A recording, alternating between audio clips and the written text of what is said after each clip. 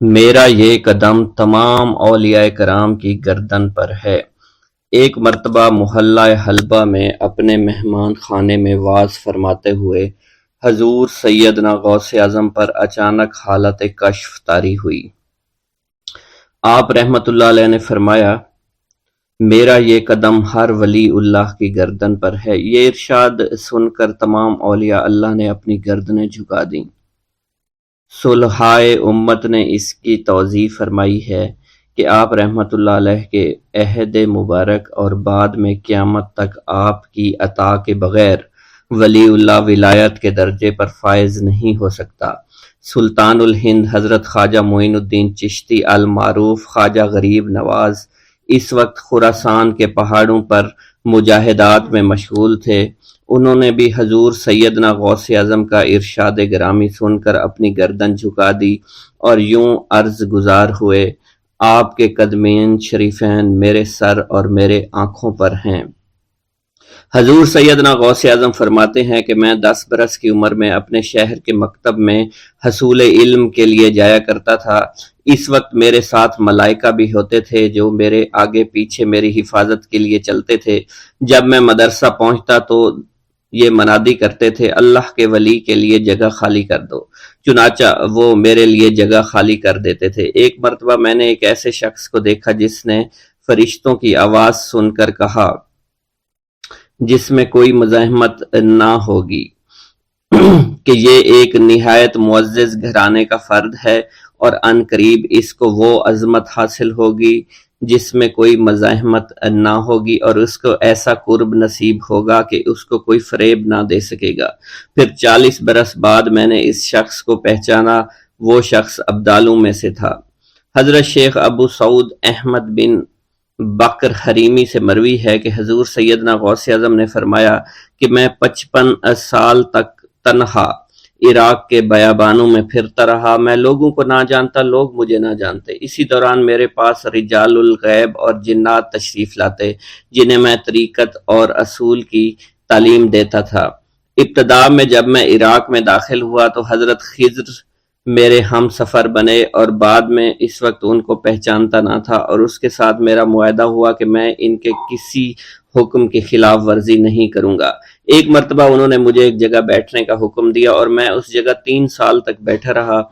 سال میں ایک مرتبہ حضرت خضر میرے پاس تشریف لاتے، فرماتے کہ یہی تیرا مقام ہے جہاں تجھے پہنچایا گیا ہے۔ اس عرصہ کے دوران تمام نفسانی خواہشات مجھ پر انسانی شکل میں وارد ہوئیں، لیکن اللہ عز و جل نے مجھے ہر موقع پر استقامت عطا فرمائی اور مجھے ان خرافات سے بچائے رکھا۔ ابتدا میں میرا نفس مجاہدہ کا کوئی طریقہ اختیار کرتا تو میں اس پر قائم ہو جاتا اور کسی چیز کو قبول نہ کرتا تھا۔ ایک طویل مدت تک اپنا گلا گھونٹتے ہوئے میں مدائن کے جنگلوں میں مجاہدات میں مشغول رہا۔ حضور سیدنا غوث اعظم فرماتے ہیں کہ میں نے اپنے نفس کو مختلف مجاہدوں، مختلف ریاضتوں اور مختلف مشقتوں میں ڈالے رکھا۔ 1 سال تک میں گری ہوئی چیزیں اٹھا کر کھاتا رہا، دوسرے سال پانی پر گزارا کیا، اور تیسرے سال نہ میں نے کچھ کھایا، نہ پیا اور نہ ہی سویا۔ ایک مرتبہ شدید سردی کی وجہ سے میں ایوان کسریٰ کے کھنڈرات میں سویا تو رات بھر میں 40 مرتبہ طبیعت خراب ہوئی۔ حضور سیدنا غوث اعظم فرماتے ہیں، ہر سال ایک بزرگ آتے اور وہ مجھے جبہ دے کر چلے جاتے۔ اسی طرح میں نے بے شمار طریقوں سے دنیا اور نفس سے چھٹکارا پانے کی کوشش کی۔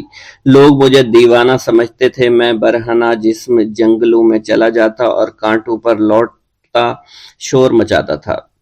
میرا تمام بدن سے خون جاری ہو جایا کرتا تھا اور لوگ مجھے اٹھا کر شفا خانے لے جایا کرتے، جہاں میری حالت مزید بگڑ جاتی۔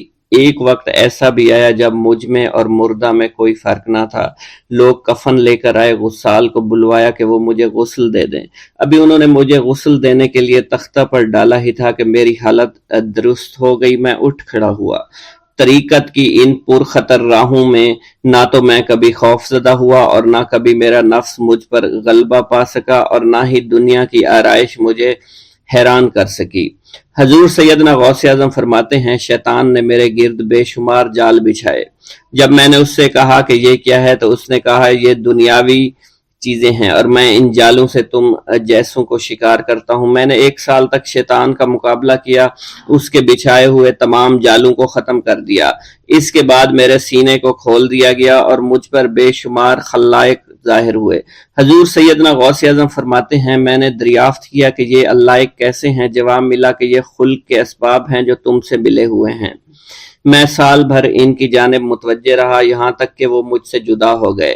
جب مجھ پر میرا باطن ظاہر کیا گیا تو میں نے اپنے قلب کو بہت سے علائق سے ملوث پایا۔ میں نے دریافت کیا کہ یہ علائق کیا ہیں؟ جواب ملا یہ تمہارے ارادے، تمہارے اختیارات ہیں۔ چنانچہ 1 سال تک ان کی جانب متوجہ رہا کہ وہ مجھ سے دور ہو گئے۔ میرا قلب ان تمام غلاظتوں سے نجات پا گیا۔ پھر مجھ پر میرے نفس کو ظاہر کیا گیا، میں نے اس کا مشاہدہ کیا، مجھے معلوم ہوا اس کے ساتھ کچھ امراض اور بھی ہیں اور نفس کی خواہشات زندہ ہیں، نفس کا شیطان سرکش ہے۔ چنانچہ میں نے سال بھر پھر توجہ دلائی اور میرے نفس کے تمام امراض سرے سے ہی ختم ہو گئے اور اس کے شیطان نے کلمہ پڑھ لیا اور پھر میرے تمام امور اللہ کے لیے ہو گئے اور میں اپنی ہستی سے باہر نکل آیا۔ حضور سیدنا غوث اعظم فرماتے ہیں پھر میں توکل کے دروازے پر آیا تاکہ میرا مقصد پورا ہو، لیکن جب میں نے توکل کے دروازے پر پہنچا تو بے شمار لوگ موجود تھے۔ میں اس ہجوم کو چیرتا ہوا آگے بڑھا اور شکر کے دروازے پر پہنچ گیا، یہاں پر بھی لوگوں کا جمع غفیر موجود تھا، اس سے بھی چیرتا ہوا آگے بڑھا اور مشاہدہ کے دروازے پر پہنچ گیا اور یہاں پر موجود ہجوم کو چیرتا ہوا اندر داخل ہوا، حتیٰ کہ سب سے آخر میں مجھے فقر کے دروازے پر لایا گیا۔ فقر کا دروازہ خالی تھا۔ جب اس دروازہ میں داخل ہوا تو دیکھا جن جن چیزوں کو میں نے ترک کیا تھا وہ سب یہاں موجود تھیں۔ یہاں مجھے ایک بہت بڑے روحانی خزانے کی فتوحات سے نوازا گیا اور میرے لیے تمام دنیا کے خزانے کھول دیے گئے۔ مجھے روحانی عزت، دائمی فنا اور خالص آزادی عطا فرمائی گئی۔ میری تمام چیزیں جو میری ہستی اور میری صفات سب معدوم ہو گئیں اور میری ہستی کی جگہ کسی اور نے لے لی۔ حضرت شیخ ابو سعید مخزومی نے حضور سیدنا غوث اعظم کو خرقہ خلافت سے نوازا اور فرمایا اے عبد القادر، یہ وہ خرقہ ہے جو حضور نبی کریم صلی اللہ علیہ وسلم نے حضرت سیدنا علی المرتضیٰ کو عطا فرمایا، اور حضرت سیدنا علی المرتضیٰ نے یہ خرقہ حضرت خواجہ حسن بصری کو عطا فرمایا تھا، جس سے ہوتا ہوا یہ خرقہ مجھ تک پہنچا، اور یہ تمہاری امانت تھی جو میں نے تم تک آج پہنچا دی ہے۔ حضور سیدنا غوث اعظم نے جب خرقہ مبارک کو زیب تن کیا تو آپ پر بے شمار انوار و تجلیات کی بارش ہونا شروع ہو گئی۔ حضور سیدنا غوث اعظم نے حضرت شیخ ابو سعید مخزومی کے مدرسہ میں تدریسی فرائض سر انجام دینا شروع کر دیے۔ آپ کے لیے فی الحال تدریسی مصروفیات کے علاوہ کوئی کام نہ تھا۔ آپ کی شبانہ روز کی محنت سے آپ کے نام کا شعرہ کچھ ہی دنوں میں سارے بغداد میں پھیل گیا۔ طلبہ دور دراز کے علاقوں سے علم کے حصول کے لیے آنے لگے۔ طلبہ کی تعداد جب مزید بڑھنا شروع ہو گئی تو ارد گرد کے کئی مکانات کو خرید کر مدرسہ میں داخل کر لیا گیا۔ کتب سیر میں منقول ہے کہ 528 ہجری میں آپ مدرسہ نظامیہ کی وسیع عمارت تعمیر فرما چکے تھے۔ اس مدرسہ کی تعمیر میں آپ نے بحیثیت مزدور بھی حصہ لیا تھا۔ حضرت شیخ ابو الخشاب سے مروی ہے کہ میں جوانی میں جب علم نحو پڑھ رہا تھا تو لوگوں نے مجھے حضور سیدنا غوث اعظم کے پاس جانے کا مشورہ دیا، اور اس کی وجہ سے مجھے بھی اشتیاق ہوا کہ میں آپ کا واز سنوں۔ ایک مرتبہ کچھ لوگوں کے ہمراہ آپ کی مجلس میں دوستوں کے ہمراہ حاضر ہوا۔ آپ نے میری جانب توجہ کرتے ہوئے فرمایا ہماری صحبت اختیار کر لو۔ چنانچہ میں نے آپ کے فرمان کے مطابق آپ کی صحبت کو اختیار کر لیا۔ آپ نے مجھے علم نحو کے علاوہ علوم عقلیہ اور تقلد حاصل کیے جس سے مجھے کوئی واقفیت پہلے نہیں تھی۔ 1 سال کے عرصہ میں آپ کی نظر کرم سے میں نے وہ علوم حاصل کر لیے جو گزشتہ اتنی عمر گزارنے کے باوجود بھی مجھے حاصل نہیں ہوئے تھے۔ منقول ہے حضرت شیخ بقا بن بطو، شیخ علی بن ہیتی اور شیخ کیلوی جب حضور سیدنا غوث اعظم کے مدرسہ میں آتے تو جھاڑو دیا کرتے تھے اور چھڑکاؤ کرتے تھے، لیکن آپ کی اجازت کے بغیر کبھی اندر داخل نہ ہوتے تھے۔ اجازت ملنے کے بعد آپ حضرات اندر داخل ہوتے اور اجازت ملنے پر ہی بیٹھتے تھے۔ آپ سے امان طلب کرتے اور امان مل جانے کے بعد مؤدب ہو کر بیٹھ جاتے۔ جس وقت آپ کہیں جانے کا ارادہ کرتے تو یہ حضرات سواری کے ہمراہ چلتے۔ آپ انہیں اس فعل سے منع فرمایا کرتے تھے اور کہتے تھے کہ ہمیں آپ کے ذریعے قرب الہی حاصل ہوا ہے۔ حضرت شیخ محمد قائل الادنیٰ سے مروی ہے کہ ایک مرتبہ حضور سیدنا غوث اعظم سے دریافت کیا گیا کہ آپ کی بزرگی اور عظمت کا راز کیا ہے؟ آپ نے فرمایا کہ میں کبھی جھوٹ نہیں بولتا اور کبھی کسی سے کذب بیانی نہیں کرتا۔ ایک گاؤں کے بارے میں کہا جاتا تھا کہ جہاں قدرت کی بے پناہ نعمتیں تھیں، اللہ پاک نے وہاں کے لوگوں کو مالا مال کیا ہوا تھا۔ ایسی نعمتیں کہ جن نعمتوں کو دیکھ کر انسان اکثر مغرور ہو جایا کرتے ہیں، مگر وہاں پر کچھ مسلمان تھے، اور سب سے بڑی اور بری بات یہ تھی کہ وہاں کے تمام لوگ کافر تھے۔ وہ کفار اپنی دولت پر بہت فخر کیا کرتے تھے، کیونکہ ان میں ہر ایک انسان بہت دولت مند تھا، ہر ایک کے پاس بے بہا پیسے تھے، کسی کو پیسوں کی کمی نہیں تھی۔ وہاں کے سردار کی ایک اکلوتی بیٹی تھی جس کو سردار بے پناہ پیار کرتا تھا۔ اس سردار کی بیٹی بے پناہ مغرور، ظالم، گھمنڈی تھی۔ وہاں پر غریب لوگ صرف مسلمان ہی تھے، تمام کافر ایک دوسرے کی مدد کیا کرتے تھے، لیکن مسلمانوں کی مدد کرنے والا وہاں پر کوئی نہ تھا۔ وہاں پر انہیں کوئی دیکھنے والا نہ تھا۔ سردار کی بیٹی کو کالے جادو میں خوب مہارت حاصل تھی، اور وہ جادو کی وجہ سے وہاں پر رہنے والے غریبوں پر بہت ظلم کیا کرتی تھی۔ تمام مسلمان اس سے بے حد پریشان تھے، اور وہ لوگوں کو غلام بناتی اور مزدور بناتی تھی۔ اگر ان میں کوئی اس کی بات نہ مانتا تو اس کو قیدی بنا کر اپنے اشاروں پر نچایا کرتی تھی۔ اس بستی میں چونکہ اکا دکا مسلمان تھے جن کا کوئی پرسان حال نہیں تھا، کوئی بھی ان کو بچانے والا نہیں تھا۔ جب وہ سردار کی بیٹی کے ظلم حد سے بڑھ گئے تو مسلمانوں میں سے ایک بوڑھے شخص نے اللہ کے حضور گڑ گڑا کر دعائیں کی، اے اللہ، ہمارے چند نسلیں جو یہاں پر بچی ہوئی ہیں، ان نسلوں کو تو بچا لے۔ یہ سردار کی بیٹی جس نے ہمارا جینا دشوار کر رکھا ہے، یہاں کوئی بھی انسان ہمارا حال نہیں پوچھتا، اور نہ ہی ہمارے پاس مال و دولت ہے، اور نہ ہی ہمارے پاس جسمانی طاقت بچی ہے۔ یا اللہ، ہمارے لیے کوئی ایسا بندہ بھیج جو نہ صرف طاقتور ہو بلکہ اس جادوگرنی یعنی سردار کی بیٹی کو بھی ہرا سکے۔ اللہ رب العزت نے اس بوڑھے کی دعا کو قبول فرمایا، اور یوں اس جگہ پر ایک اللہ والے کو بھیج دیا، اور وہ اللہ والے ایسے ہی بستی میں داخل نہیں ہوئے، بلکہ ایک دن کچھ عجیب واقعہ ہوا۔ ان کافروں کا سردار جنگل میں سیر سپاٹے کرتے ہوئے نکلا تھا، بڑی شان سے چلتا ہوا وہ سفر کر رہا تھا۔ اچانک ایک زہریلا سانپ اس کے سامنے آیا۔ اس زہریلے سانپ نے بادشاہ کو ڈس لیا، اور وہ بے ہوش ہو کر زمین پر گر پڑا اور تڑپنے لگا۔ اس کے جو ساتھی تھے انہوں نے جب اپنے سردار کو یوں تڑپتا ہوا دیکھا اور سردار کی غیر حالت دیکھی تو کہ جسے ایک زہریلے سانپ نے کاٹ لیا ہے، تو وہ فوراً اسے اٹھا کر گھر لے آئے تاکہ اسے بچانے کے لیے کچھ کیا جا سکے۔ اس لڑکی نے اپنے باپ کی جب یہ حالت دیکھی تو اپنے آس پاس کے بڑے بڑے حکیموں کو بلایا، لیکن عجیب بات یہ تھی کہ لاکھ کوشش کے باوجود زہر نکالنے میں سارے ناکام ہو رہے تھے، اور زہر تیزی کے ساتھ اس کے جسم میں پھیلتا چلا جا رہا تھا۔ لیکن اسی وقت وہاں ایک درویش کی آمد ہوئی، ایک اللہ والے آئے، ان اللہ پاک نے اس مقصد کے تحت وہاں بھیجا تھا۔ اس اللہ کے ولی نے سردار کے گھر پر پہنچ کر دروازے کو کھٹکھٹایا۔ نوکروں نے پوچھا کون ہو، کس سے ملنا ہے؟ اس نے کہا میں نے سنا ہے کہ یہاں کے سردار کو سانپ نے ڈس لیا ہے۔ نوکر کہنے لگے کہ تمہیں کیسے پتا چلا کہ یہاں کے سردار کو سانپ نے ڈس لیا ہے؟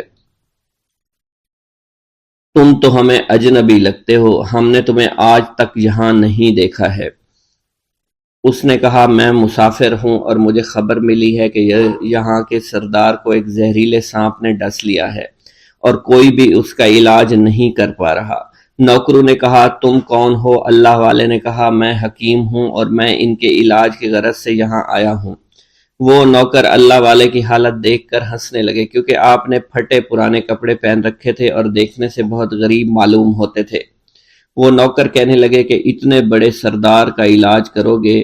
ارے یہاں تو اس کے پاس بڑے بڑے حکیم بلائے گئے ہیں، ہمارے سردار کے پاس پیسوں کی کوئی کمی نہیں ہے، اور وہ تم جیسے غریب سے بھلا کیوں علاج کروائیں گے؟ درویش نے کہا اگر تم چاہتے ہو تمہارے سردار کی جان بچ جائے پھر مجھے اندر جانے دو۔ غلام کہنے لگا ٹھیک ہے ہم اندر جا کر اجازت لے کر آتے ہیں۔ نوکر اندر گئے، سردار کی بیٹی سے کہا ایک غریب آیا ہے، کپڑوں سے فقیر معلوم ہوتا ہے لیکن کہتا ہے میں سردار کا علاج کر سکتا ہوں اور میں سردار کا علاج کروں گا۔ جو زہر تیزی کے ساتھ جسم میں پھیل رہا ہے میں اس کو باہر نکال پھینک کروں گا۔ اس کی بیٹی کہنے لگی ٹھیک ہے بلا لو۔ جب وہ اللہ والے اس کے گھر کے اندر گئے تو دیکھا سردار تڑپ رہا تھا، ٹانگ کو بار بار بستر پر پٹخ رہا تھا۔ اللہ والے نے اس کے پیر کی طرف دیکھا جہاں سانپ نے اس کو کاٹا تھا، اسی جگہ اللہ والے نے تھوک دیا، فوراً وہاں سے بھاگ گئے۔ اس کے سارے سپاہی اس کی بیٹی دیکھ کر حیران رہ گئے کہ یہ بھلا کون سا دیوانہ ہے، کمرے میں آیا، علاج کی بجائے اسی جگہ پر تھوک دیا جہاں صرف کاٹا تھا اور بھاگ بھی گیا، اس کو کوئی گرفتار نہیں کر سکا۔ سردار کی بیٹی غصے میں تل ملا اٹھی کہ اس نے جو گستاخی کی ہے اس کی کوئی بات نہیں، تھوک کو میں صاف کروا دوں گی مگر اس کو تو میں ابھی گرفتار کرواتی ہوں۔ اور اس نے اپنے سردار کے ایک نوکر سے کہا کہ اس تھوک کو صاف کرو۔ اس نوکر نے تھوک کو صاف کرنے کی بجائے اس کو اچھی طرح سے ٹانگ پر مل دیا۔ لڑکی نے کہا کیا کر رہے ہو؟ اس فقیر نے میرے باپ کی ٹانگ پر تھوک دیا، اب اس تھوک کو تم مل رہے ہو؟ حکیم نے اپنے ہاتھ کے اشارے سے سردار کے بیٹے کو روک دیا۔ جیسے اس تھوک کو سردار کی ٹانگ پر ملا گیا فوراً سارا زہر ختم ہو گیا۔ جو ٹانگ کٹنے کے قابل تھی وہ ٹانگ بالکل ٹھیک ہو چکی تھی، جو نیلی پڑ چکی تھی اب اصلی حالت میں آہستہ آہستہ واپس آ رہی تھی۔ اور جب وہ قبیلے کا سردار بالکل ٹھیک ہو گیا، ہوش میں آ گیا تو حیران رہ گیا۔ اسے بتایا کہ فقیر بابا کے تھوک کی وجہ سے آپ ٹھیک ہوئے ہیں۔ اس نے کہا وہ بزرگ تو ہمارے لیے مسیحا ہے، تم لوگوں نے انہیں جانے کیوں دیا؟ انہیں میرے پاس لے کر آؤ، انہوں نے ہم پر بہت بڑا احسان کیا ہے، ہم اس کے احسان کا بدلہ ضرور چکائیں گے۔ اس کی بیٹی جو خاموشی سے باپ کو دیکھ رہی تھی اس نے کچھ بھی نہ کہا۔ گاؤں کے سردار کے کہنے پر سارے سپاہی اللہ والے کو ڈھونڈنے کے لیے نکل گئے۔ وہ چاروں طرف پھیل گئے لیکن کہیں بھی اللہ والے کا پتہ نہیں چل رہا تھا۔ پھر جب سپاہی تلاش کرتے کرتے جنگل میں داخل ہوئے، وہاں ایک درخت کے نیچے ایک آدمی کو عبادت کرتے ہوئے دیکھا۔ وہ غور سے اس کو دیکھ رہے تھے اور کہہ رہے تھے یہ کس طرح کی عبادت کر رہے ہیں؟ ہم لوگ تو اپنے بتوں کے آگے ہاتھ جوڑتے ہیں، یہ نہ جانے کس کو سجدہ کر رہے ہیں۔ خیر، عبادت کے فوراً بعد اللہ والے کو پکڑ لیا، گاؤں کے سردار کے سامنے پیش کیا۔ وہ کہنے لگا آپ کون ہیں اور کہاں سے آئے ہیں؟ سب سے پہلے تو میں گستاخی کی معافی چاہتا ہوں، میرے لوگوں نے آپ کے ساتھ بڑی بدتمیزی کی لیکن آپ کی وجہ سے آج میں زندہ ہوں۔ ہم گناہ گاروں کی وجہ سے آپ جیسے لوگوں کو بہت تکلیف ہوئی ہے، اس لیے میں معذرت چاہتا ہوں۔ آپ سے درخواست کرتا ہوں کہ آپ میری طرف سے یہ قیمتی لباس یعنی کپڑے اور عربی گھوڑا قبول کیجئے۔ اللہ والوں نے اس کی طرف مسکرا کر دیکھا اور کہا یہ گھوڑا، یہ لباس بہت قیمتی ہے مگر یہ لباس پہن کر اس گھوڑے کے لیے گھاس کاٹوں گا تو کیا اچھا لگوں گا؟ سردار نے کہا فکر نہ کریں، گھوڑے کے ساتھ ساتھ ہم آپ کو نوکر بھی دیں گے۔ اللہ والے نے کہا کہ اتنی مال و دولت اور نوکروں کے ساتھ میں اکیلا رہوں گا؟ گاؤں کا سردار بولا حضور آپ کی یہ بات سن کر میں سوچ میں گم ہو گیا ہوں، لیکن یہ میری بیٹی آپ کے سامنے حاضر ہے۔ بیٹی حیرت سے اپنے باپ کو دیکھ رہی تھی کہ میرا باپ اب کیا کہنے والا ہے۔ سردار نے کہا میری بیٹی جسے آپ نے دیکھ لیا ہے اس کی شادی میں آپ سے کر دوں گا مگر ایک شرط ہے کہ آپ کو اپنے مذہب کو چھوڑنا پڑے گا۔ میرے سپاہیوں نے آپ کو عبادت کرتے ہوئے دیکھا ہے، جہاں تک ہمارے معمولات ہیں ہم بتوں کے آگے سجدہ کرتے ہیں اور ان کی عبادت کرتے ہیں، اور آپ جس کے آگے سجدہ کرتے ہیں وہ اللہ ہے، یعنی آپ مسلمان ہیں، اس لیے آپ کو اپنا مذہب چھوڑنا پڑے گا۔ کیا آپ ایسا کر سکتے ہیں؟ اللہ والے نے کہا کہ مجھے ایک بات بتائیے، آپ سب کچھ دیکھ رہے ہیں، آپ نے مجھے یہ بھی دعا دی کہ میری اولادیں ہوں اور آپ کی نسل آپ کی بیٹی سے چلے گی۔ مجھے ایک بات بتائیں، اگر ان بچوں میں سے کسی بچے کو خدا نخواستہ کچھ ہو گیا تو کس کو رونا پڑے گا؟ سردار نے جواب دیا اگر خدا نہ خواستہ کچھ ایسا ہوا تو رونا مجھ کو ہی پڑے گا۔ اللہ والا نے مسکرا کر کہا اگر یہ سارا مال لے کر مجھے رونا ہی پڑا تو آپ اپنا گھوڑا، اپنی دولت، اپنی بیٹی، ہر چیز اپنے پاس رکھ لو۔ میں خوش ہوں، میں مسلمان ہوں، میں ٹھیک ہوں۔ اگر یہ تمام چیزیں لے کر مجھے اپنا محلہ چھوڑنا پڑے تو میں اپنی جان دے کر بھی اپنے مذہب کو نہیں چھوڑوں گا۔ جس طرح آپ نے مجھے نوازا ہے، میں اسی رب کے دین کو چھوڑ کر چلا جاؤں گا۔ صرف چند پیسوں کی خاطر میں ہر دن پیسہ نہیں کر سکتا، اور اپنی درویشی میں بہت خوش ہوں۔ اللہ نے مجھے جس مقصد کے لیے بھیجا تھا وہ میرا مقصد پورا ہو جائے گا۔ گاؤں کے سردار نے پوچھا، یہ کہہ کر وہ اللہ والے جانے لگے تو سردار نے درویش کو رک جانے کا کہا اور کہنے لگے میں نے مال دے کر تمہیں آزمایا اور تمہیں پرکھا، لیکن تم اپنے مذہب کو چھوڑنے پر راضی نہیں ہو۔ اگر تم یہی سب کرنے آئے تھے تو تمہیں اس بات کا ڈر نہیں؟ کیا تم نہیں جانتے ہم کتنے طاقتور ہیں، اور میری بیٹی اپنے عمل میں اتنی ماہر ہے کہ تمہیں یہاں کھڑے کھڑے ابھی جنگلی جانور بنا سکتی ہے۔ اللہ والے نے کہا کہ اس نے جنگلی جانور کمزور لوگوں کو بنایا ہوگا، یہ مجھے جانور بنا کر تو دکھائے۔ اس سے پہلے کہ گاؤں کا سردار اپنی بیٹی سے کچھ کہتا کہ اس پر وار کرو، اللہ والے نے جادوگرنی پر ایسی پھونک ماری کہ وہ اسی وقت ایک بہت بڑی چھپکلی بن گئی۔ وہ کچھ بھی نہیں کر پا رہی تھی، وہ چھپکلی اتنی بڑی تھی کہ وہاں پر جتنے بھی انسان کھڑے تھے ان سب میں سب سے زیادہ اونچا اس کا قد تھا۔ وہ چھپکلی اللہ والے کے پاس آئی، اپنا زہر اس پر اگلنا چاہتی تھی کہ اسی وقت اس نے اس کے منہ پر تھوک دیا۔ تھوکنے کی دیر تھی، وہ چھپکلی جلنے لگی اور جس سے گرمی کی وجہ سے اس کا چہرہ پگھل رہا تھا، اس کا چہرہ جل کر کالا ہو چکا تھا۔ وہ مرنے والی تھی کہ سردار دوڑتا ہوا قدموں میں آ کر گر پڑا اور معافی مانگنے لگا اور کہنے لگا حضور اس گستاخی کے لیے میں معذرت خواہ ہوں، آپ مجھے معاف کر دو، میں نے سچ میں آپ کو بہت کمزور سمجھا تھا، آپ کو آپ کا مذہب سے ہٹانا چاہا تھا۔ اگر میری بیٹی ٹھیک ہو جائے تو میں سچ کہتا ہوں یہاں پر جتنے لوگ ہیں ہم پوری کی پوری بستی مسلمان ہو جائیں گے۔ اللہ والے نے کہا کہ ہم تمہیں اپنے دین میں شامل کرنے کے لیے یہ سب نہیں کر رہے، بلکہ تم لوگ مسلمان بھائیوں پر جو ظلم کرتے ہو وہ ظلم کو ختم کرنے کے لیے ہم یہاں آئے ہیں۔ ہمارے دین میں جبر اور ظلم نہیں۔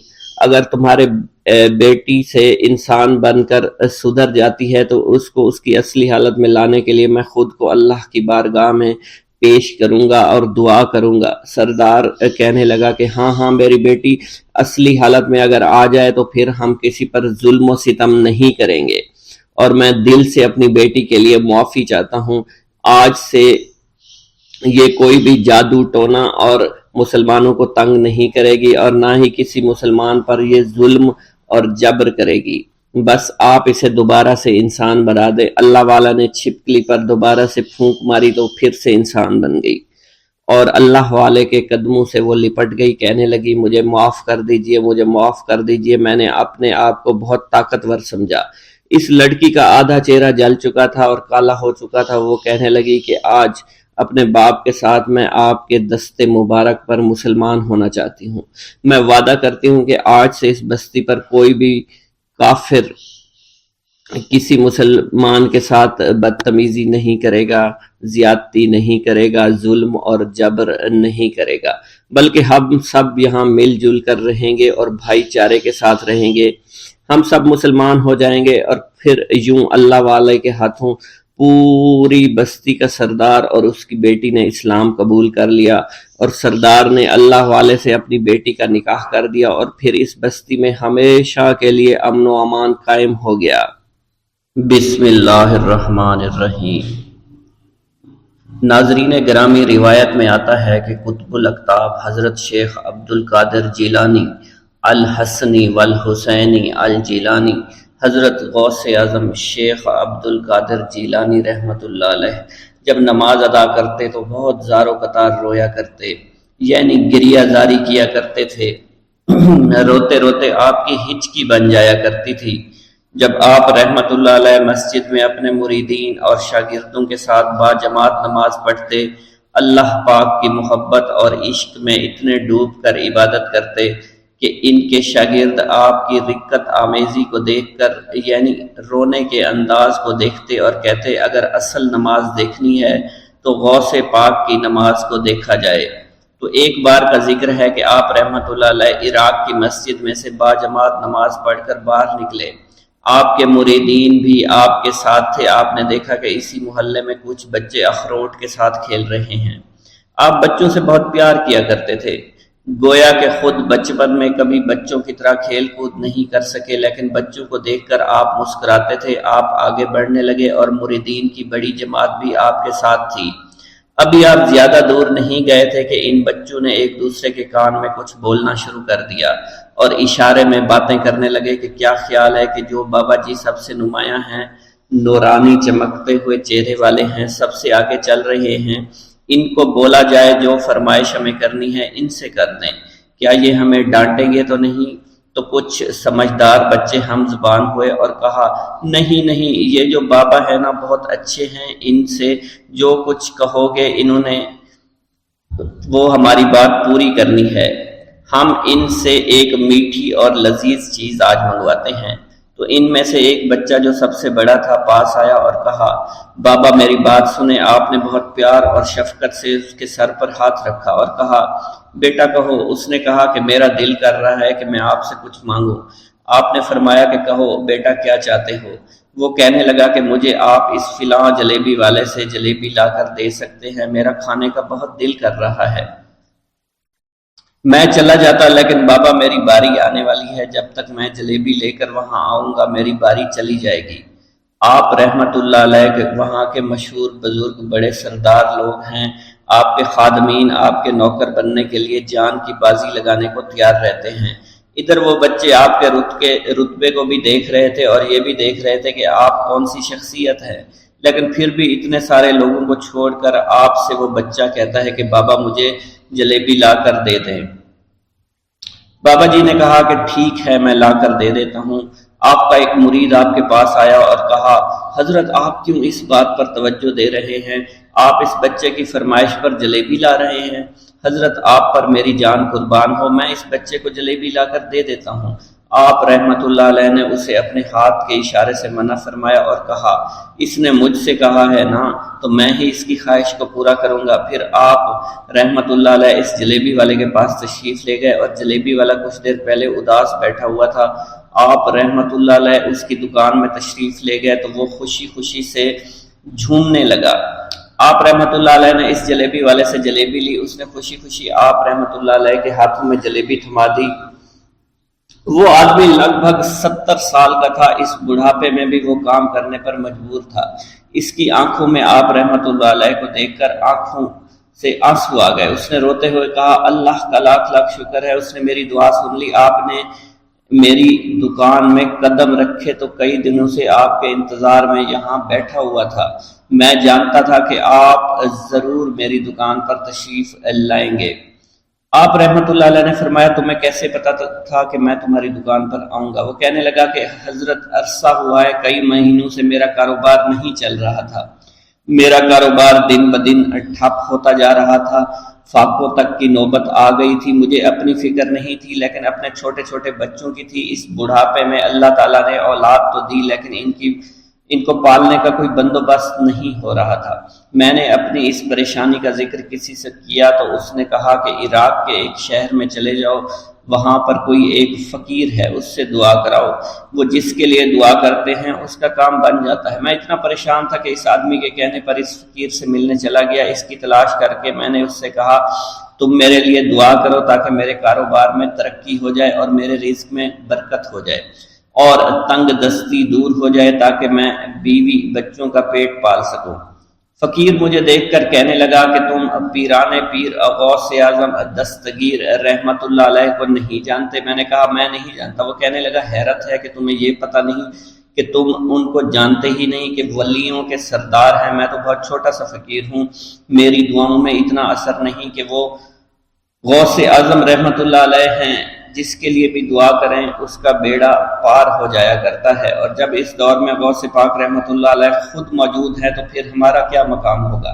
ان کی دعا کے آگے ہماری دعا کچھ بھی نہیں ہے۔ میں نے کہا اگر یہ بات ہے کہ آپ سے بڑا کوئی بزرگ ہے تو مجھے بتائیے کہ غوث پاک رحمۃ اللہ علیہ مجھے کہاں ملیں گے اور میں کہاں جاؤں ان سے ملنے کے لیے۔ وہ کہنے لگا کہ وہ جیلان میں ہیں، تم ادھر جاؤ، ہماری کیا جرت کہ آپ کے لیے دعا کریں۔ آپ رحمۃ اللہ علیہ جس کے لیے بھی دعا فرماتے ہیں اس کا بیڑا پار ہو جاتا ہے، اور اس کو کہیں بول جانے کی ضرورت نہیں ہوتی۔ حضور جب اس فقیر نے مجھے یہ بات کہی تو فوراً جیلان شریف میں آ گیا اور یہاں پر میں نے آپ کی تلاش شروع کی۔ آج دیکھیے آپ خود بخود میری دکان پر تشریف لائے ہیں۔ اب دیکھیے کہ آپ کے آنے سے کیسا نور میری دکان میں آ گیا ہے۔ حضور میرے حق میں دعا فرما دیجئے، اللہ پاک میری زندگی کو آسانیاں عطا فرمائے۔ مجھے اپنی بیوی اور بچوں کی بہت فکر ہے۔ آپ رحمۃ اللہ علیہ نے فرمایا پریشان ہونے کی ضرورت نہیں، اللہ تعالیٰ سب معاملات ٹھیک فرما دے گا۔ یہ کہہ کر آپ تشریف لے گئے، اس بچے کے پاس آئے اور اس کے ہاتھ میں جلیبی تھما دی۔ ابھی وہاں سے جانے والے تھے، دوسرا بچہ آیا، اس نے کہا کہ بابا آپ نے اسے تو جلیبی لا کر دی ہے، مجھے بھی لا کر دیں۔ آپ نے اس سے بھی تسلی دی اور کہا میں تمہیں بھی جلیبی لا کر دے دیتا ہوں بیٹا۔ یہ دیکھ کر مریدین بہت غصہ ہونے لگے اور کہا کہ حضور ہم اس بچے کو جلیبی لا کر دے دیتے ہیں، آپ کیوں زحمت کرتے ہیں؟ لیکن آپ نے فرمایا نہیں، یہ بچے مجھ سے کہہ رہے ہیں نا، میں ان کا نہیں ٹال سکتا۔ حضور آپ بہت مصروف شخصیت ہے، کیوں ان چھوٹے بچوں کی باتیں سن رہے ہیں؟ آپ نے ہاتھ کے اشارے سے انہیں روکا اور فرمایا اللہ تعالیٰ نے ہمیں جس کام کے لیے چنا ہے بس وہ کام ہی ہم کر رہے ہیں، تم لوگ اللہ پاک کی حکمت کو نہیں سمجھ رہے۔ پھر آپ جتنی بار وہ بچے آپ کو بھیجتے رہے، آپ رحمۃ اللہ علیہ ان کے لیے جلیبیاں لاتے رہے، حتیٰ کہ آخری بچے کو بھی آپ نے جلیبی لا کر دے دی اور وہ مزے سے کھانے لگے۔ جلیبی کھانے کے بعد وہ آپ کو دعائیں کرنے لگے اور کہا آپ بہت اچھے انسان ہیں، جیسا کہ آپ کے بارے میں ہم نے سنا تھا آپ ویسے ہی ہیں، آپ اخلاق کے بہت عمدہ ہیں، آپ کی سخاوت کے بارے میں ہم نے جتنا سن رکھا تھا آپ اتنے ہی سخی ہیں، ہم آپ سے بہت خوش ہوئے۔ آپ رحمۃ اللہ علیہ مسکرائے، بچوں کی خوشی دیکھ کر آپ کو دلی اطمینان ملا۔ اب ایک اور نماز کا وقت ہو رہا تھا، آپ نے مریدین سے کہا کہ چلو نماز پڑھنے کے لیے مسجد میں چلتے ہیں۔ وہ سب مل کر مسجد میں چلے گئے اور اللہ کی عبادت میں مصروف ہو گئے۔ اس کے دوران الحمدللہ رب العالمین کہہ کر خاموش ہو جاتے اور دوبارہ کہہ کر سکوت فرماتے تھے اور تیسری مرتبہ کہنے کے بعد کچھ دیر توقف فرماتے اور آپ کی محفل میں تمام اولیاء حاضر و ناظر اور خاموش ہو جایا کرتے تھے۔ پھر آپ کی محفل میں اولیاء ملائکہ ایک کثیر تعداد میں آ جاتے جو محفل کے بعد نظر نہیں آیا کرتے تھے۔ آپ اپنے خطاب کو یوں شروع فرماتے تمام تعریفیں اللہ کے لیے ہیں، اس کی مخلوق کی تعداد اس کے عرش کے وزن کے مطابق اور بے حد تعریفیں جس سے اس کی ذات راضی ہو جائے، اس کے کلمات کی روشنی کے مطابق، اس کے علم کے مطابق، اس کی مرضی اور منشا کے مطابق اور اس کی مخلوق کے مطابق جسے اس نے پیدا کیا، وہی عالم الغیب ہے، رحمان و رحیم ہے۔ میں گواہی دیتا ہوں اس کے سوا کوئی عبادت کے لائق ہی نہیں ہے، اور تمام کائنات اس کی تخلیق ہیں، تمام تعریفیں اسی کے لیے ہیں۔ وہ زندہ ہے، ہمیشہ زندہ رہے گا، اسے موت نہیں آتی بلکہ وہ مارتا ہے، تمام بھلائیاں اسی کے لیے ہیں، اور واحد ہے، یکتا ہے، کوئی شریک نہیں ہے، کوئی وزیر نہیں ہے۔ اس نے نہ کسی کو جنا ہے اور نہ ہی اسے کسی نے جنا ہے، وہ بلند و بالا ہے، اس جیسا کوئی نہیں۔ میں اس کی گواہی دیتا ہوں حضور نبی کریم صلی اللہ علیہ وآلہ وسلم اللہ کے رسول، اللہ کے پیغمبر ہیں، وہ تمام مخلوقات سے افضل ہیں۔ اللہ عز و جل نے ان کی ہدایت دے کر ان کو بھیجا تاکہ وہ دین اسلام کو تمام ادیان پر بلند کریں، خواہ مشرکین اس کو برا سمجھیں۔ اللہ راضی ہو خلیفہ اول حضرت سیدنا ابو بکر صدیق سے، جن کی تائید حق کے ساتھ تھی، جن کو حضور نبی کریم نے عقیق کا لقب دیا، جو پاک تھے، پاکیزہ نسل سے تعلق رکھتے تھے، جنہوں نے ہر موقع پر حضور نبی کریم صلی اللہ علیہ وسلم کی حمایت کی اور ان کی تصدیق فرمائی، اور اب بھی نبی کریم کے ہمراہ ابدی آرام فرما رہے ہیں۔ اللہ راضی ہو خلیفہ دوم حضرت سیدنا عمر فاروق رضی اللہ تعالی عنہ سے، جنہوں نے عمل کثیر کیے، جنہوں نے حق کو بلند کیا، جنہوں نے فیصلے کے لیے جن کو منتخب کیا گیا، جنہوں نے ہمیشہ حق بات کا ساتھ دیا، اور وہ بھی حضور نبی کریم صلی اللہ علیہ وسلم کے ہمراہ ابدی آرام گاہ میں آج بھی موجود ہیں۔ اللہ راضی و خلیفہ سوم حضرت سیدنا عثمان غنی رضی اللہ تعالی عنہ سے، جنہوں نے اپنے مال سے مسلمانوں کی امداد کی، قرآن مجید کی ترتیب و اشاعت احسن طریقے سے فرمائی، جنہوں نے امامت اور کرت سے محراب کو، ممبر کو مزین کیا، اور جو افضل الشہداء ہیں اور فرشتے بھی ان سے حیا کرتے ہیں۔ اللہ راضی ہو خلیفہ چہارم حضرت سیدنا علی المرتضیٰ سے، جو شجاعت و جواں مردی میں بے مثل ہیں، حضور نبی کریم صلی اللہ علیہ وسلم کے چچا زاد بھائی اور داماد ہیں۔ آپ دین اسلام کے امام و عالم ہیں، اور جن کے لیے حضور نبی کریم صلی اللہ علیہ وسلم نے فرمایا کہ میں تم پر فدا ہو جاؤں۔ اللہ راضی ہو حسنین کریمین حضرت سیدنا امام حسن امام حسین سے، جن کی نیکیاں تا حشر قائم رہنے والی ہیں اور جن کے مراتب بے مثل ہیں۔ اللہ نے ان کے قلوب کو نیکیوں کی جانب مائل کیا۔ اے اللہ، تو ہمارے رازوں اور دلی کیفیات سے واقف ہے، ہمیں ہر عمل کرنے اور برائی سے بچنے کی توفیق عطا فرما، اور ہمیں گناہوں کی لذت سے بچا، ہمیں اپنے ما سوا سے محفوظ رکھ اور اپنی مشغولیت عطا فرما۔ بے شک اللہ کے سوا کوئی عبادت کے لائق نہیں، جو چاہتا ہے وہی ہوتا ہے، اور وہی قوی اور وہی عظیم ہے۔ اے اللہ، ہمیں غفلت سے بچا اور ہمارے اوپر وہ بوجھ نہ ڈال جو تو نے پہلی امتوں پر ڈالا۔ اے ہمارے رب العالمین، ہمیں معاف فرما اور ہماری مغفرت عطا فرما، کیونکہ تو ہی ہمارا رب ہے، تو ہی ہمارا مولا ہے، آمین۔ حضرت شیخ عبداللہ جبائی کا قول ہے کہ حضور سیدنا غوث اعظم رحمت اللہ علیہ نے مجھ سے ارشاد فرمایا کہ میرے نزدیک کھانا کھلانا اور حسن اخلاق افضل اور اعلیٰ ہیں۔ آپ کے پاس کبھی پیسہ نہیں ٹھہرا کرتا تھا، اگر صبح کے وقت آپ کے پاس 1000 دینار آ جاتے تو شام تک وہ غریبوں اور محتاجوں میں تقسیم ہو جایا کرتے تھے۔ حضور سیدنا غوث اعظم کی پرورش نہایت ہی بابرکت ماحول میں ہوئی۔ آپ نے ابتدا میں گوشہ نشینی اختیار کی اور خود کو دنیاوی غلاظتوں سے پاک رکھا۔ آپ نے 51 برس کی عمر میں شادی کی۔ جب آپ سے اس بارے میں دریافت کیا گیا تو آپ نے فرمایا، جب مجھے حضور نبی کریم صلی اللہ علیہ وسلم نے نکاح کی اجازت دی تو میں نے نکاح کر لیا۔ حضور سیدنا غوث اعظم نے اپنی ذات کو اللہ عز و جل کی خوشنودی کے لیے وقف کر رکھا تھا۔ آپ کی راتیں جاگ کر گزرا کرتی تھی اور ساری رات آپ مراقبہ اور مشاہدہ میں گم ہوا کرتے تھے۔ آپ کی عادت مبارکہ تھی کہ آپ سجدہ کو دراز کیا کرتے تھے اور بیٹھ کر مراقبہ فرمایا کرتے تھے۔ اسی دوران آپ کا جسم مبارک نورانی شعاؤں کے زیر اثر ہوتا اور کئی مرتبہ آپ نورانی شعاؤں میں غائب ہو جایا کرتے تھے۔ حضرت شیخ ابو عبداللہ بن حسنین بن ابی الفضل فرماتے ہیں کہ حضور سیدنا غوث اعظم کے بعض دہقانی مریدین ہر سال آپ کے لیے گیہوں بوتے تھے اور جائز طریقہ سے اسے پالتے تھے۔ پھر آپ کے بعض مریدین اسے پیستے اور آپ کے لیے ہر روز 4-5 روٹیاں پکاتے اور شام کو آپ کے پاس روٹیاں لے کر آیا کرتے تھے۔ آپ حاضرین میں ایک ایک ٹکڑا تقسیم کر دیتے اور جو بچ جاتا وہ اپنے لیے رکھ لیا کرتے تھے۔ حضرت شیخ خضر حسنی سے منقول ہے، حضور سیدنا غوث اعظم ایک شکستہ دل فقیر کو دیکھا۔ آپ نے اس سے اس کی کیفیت کے متعلق دریافت کیا تو اس نے کہا کہ میں آج دریا کے کنارے گیا اور ملاح سے کہا مجھے دریا کے پار لے جائے۔ اس نے انکار کر دیا۔ میں اپنے اس افلاس کے سبب پریشان اور شکستہ دل ہوں۔ ابھی اس فقیر کا کلام جاری تھا کہ ایک شخص آپ کی خدمت میں حاضر ہوا اور 30 دینار آپ کی خدمت میں پیش کیے۔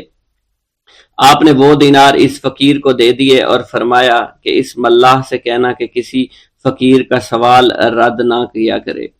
حضرت شیخ معمر ابو المظفر فرماتے ہیں، میں نے حضور سیدنا غوث اعظم سے زیادہ کسی کو درگزر فرمانے والا آج تک نہیں دیکھا۔ آپ کی عطا کا یہ علم تھا، ایک محفل میں 400 لوگوں کو ولایت کے مقام اعلیٰ تک پہنچا دیا کرتے تھے۔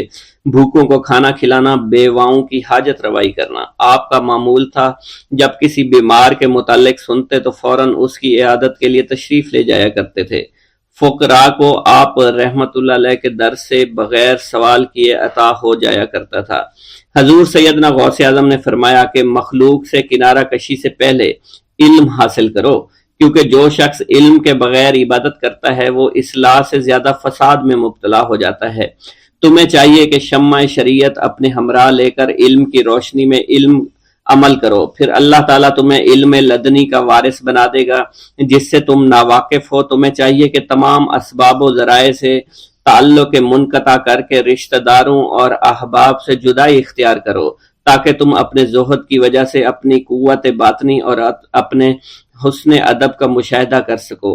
خدا کے علاوہ تمام عالم و اسباب سے اس خوف سے منقطع ہو جاؤ تاکہ تمہاری شمع معرفت نہ بجھ جائے، اور جب تم 40 دن اپنے رب کے لیے مخصوص کر دو گے تو تمہارے قلب سے حکمت کے چشمے جاری ہو جائیں گے اور تم معرفت الہی کی تپش کا مشاہدہ کرنے لگے گے جس کو حضرت موسیٰ علیہ السلام نے اپنے شجر قلب پر محسوس کیا تھا۔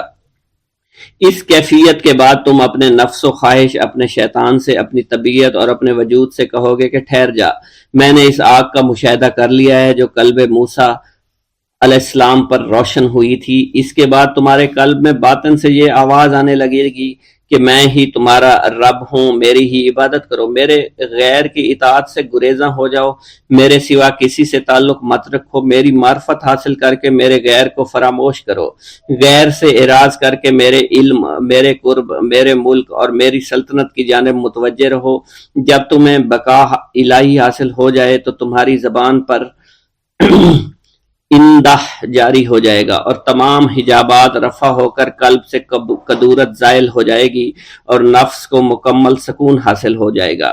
پھر جب اس کے الطاف غالب ہو جائیں گے تو تمہیں خطاب کیا جائے گا، اے قلب، فرعون نفس کی طرف توجہ کر اور اس کو راہ ہدایت پر چلاتا ہوا میری جانب آ لے اور اس سے کہہ دے کہ میرا ہی اتباع کریں، پھر انہیں رشد کے راستے پر ہدایت کر کے اس سے تعلق قائم کر اور اس کے بعد پھر قطع تعلق کر کے دوبارہ استوار کر لے اور اسی طرح سے کرتا رہے۔